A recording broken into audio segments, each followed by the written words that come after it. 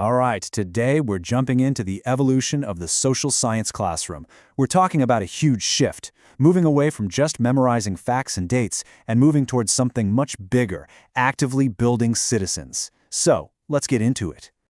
So, let's kick things off with a pretty big question. Think back to your own social science classes. Did they sometimes feel like just a big memory test? Cramming dates and places? Well, is that really the whole point? The answer to that question, it turns out, is a big no. And it's completely changing how these subjects are taught today. Okay, so before we get into the how of all these changes in teaching, we've got to tackle the why. What's the actual goal here? What's the real point of learning history or civics or geography in the first place? Well, it really boils down to one word: empowerment. The goal isn't just to fill heads with facts, it's to give students the tools they need to critically look at the world around them, to understand their own place in it, and, to actually participate in a meaningful way. All right, let's talk about the traditional way of doing things. The model a lot of us probably remember from our school days. And then we'll see exactly how it's being completely transformed. For a really long time, the classroom was run by what's called the sage on the stage. Just picture it, the teacher, standing at the front, the one single source of all knowledge, just pouring out facts to rows and rows of quiet, passive students. And this really shows the difference, doesn't it? On one side, you've got the classic lecture. It's a total one-way street, right? Information flows from the teacher to the student, and that's it. It creates passive listeners. But on the other side, you have the discussion method, and wow, what a difference! Suddenly, the classroom becomes this dynamic, lively space. Students are building logical thinking, they're learning teamwork, all those skills that are absolutely essential for being an active citizen. And all of this leads us right to the heart of a real revolution in teaching. I'm not kidding. The entire philosophy of what a classroom is and should be is being completely redefined. The biggest change is a shift in focus. It's no longer just about what the teacher is teaching. Now it's all about how the student is learning. The spotlight literally moves from the teacher delivering information to the student discovering it for themselves. So, there's a name for this philosophy. It's called child-centered learning. And honestly, it's pretty much exactly what it sounds like. The student is at the absolute center of the whole process. The entire educational experience revolves around them, not just the teacher's lesson plan. So what does that actually mean, day to day? Well, it means the teaching adapts to what the students need, what they're interested in, and what they're capable of. Active participation isn't just encouraged, it's essential. And here's the most important part. Students aren't just empty buckets getting filled with knowledge. No, they're actively building their own understanding of society. And that idea, that students are building their own understanding, brings us to another key concept, the constructivist approach. The theory here is that learning isn't a simple transfer of info, like downloading a file. It's a process of active construction. So think of it this way. Students aren't empty vessels, right? They're more like architects.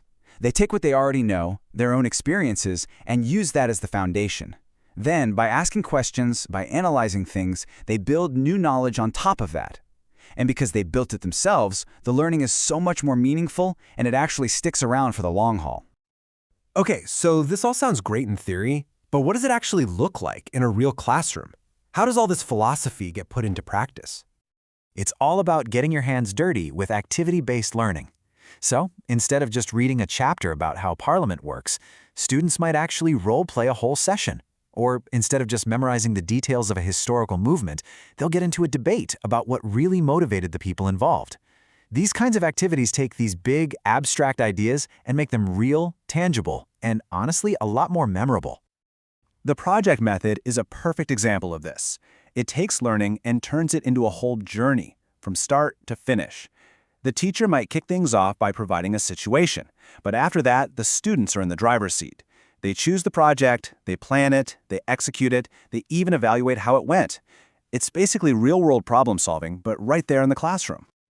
And then you've got something called the source method, which is so cool because it basically turns students into little historians. They're not just reading a summary in a textbook. No, they're digging into the real stuff, primary documents, old maps, actual artifacts. And what this does is it teaches them to think critically and ask that super important question, where is this information really coming from? Now, obviously, if you completely change how you teach, you have to change how you measure success, right? The old school fill-in-the-blank tests, they just don't cut it anymore. The whole focus of evaluation shifts. It goes from asking, what facts can you remember to how do you think. It's about checking for a deep understanding of concepts, measuring analytical skills, and even looking at the development of values and attitudes.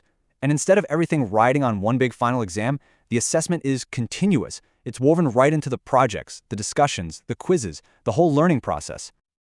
So when you put all of this together, what's the big takeaway? What's the end result of this whole transformation? Let's bring it all full circle. And this right here just nails the new role of the teacher. They're no longer the sage on the stage. Instead, they're the guide on the side. That's a huge shift, right? Their job isn't to be the fountain of all knowledge anymore. It's to be a facilitator, a guide who provides resources and helps students on their own journey of discovery. And at the end of the day, this whole evolution brings us right back to where we started, that original powerful goal. You know, as One Education Commission so perfectly put it, the whole point is to help students fit into their social environment so they can become responsible citizens. So the modern social science classroom, it's not just about finding a new way to teach old subjects. It's so much more. It's a workshop for building the citizens of tomorrow.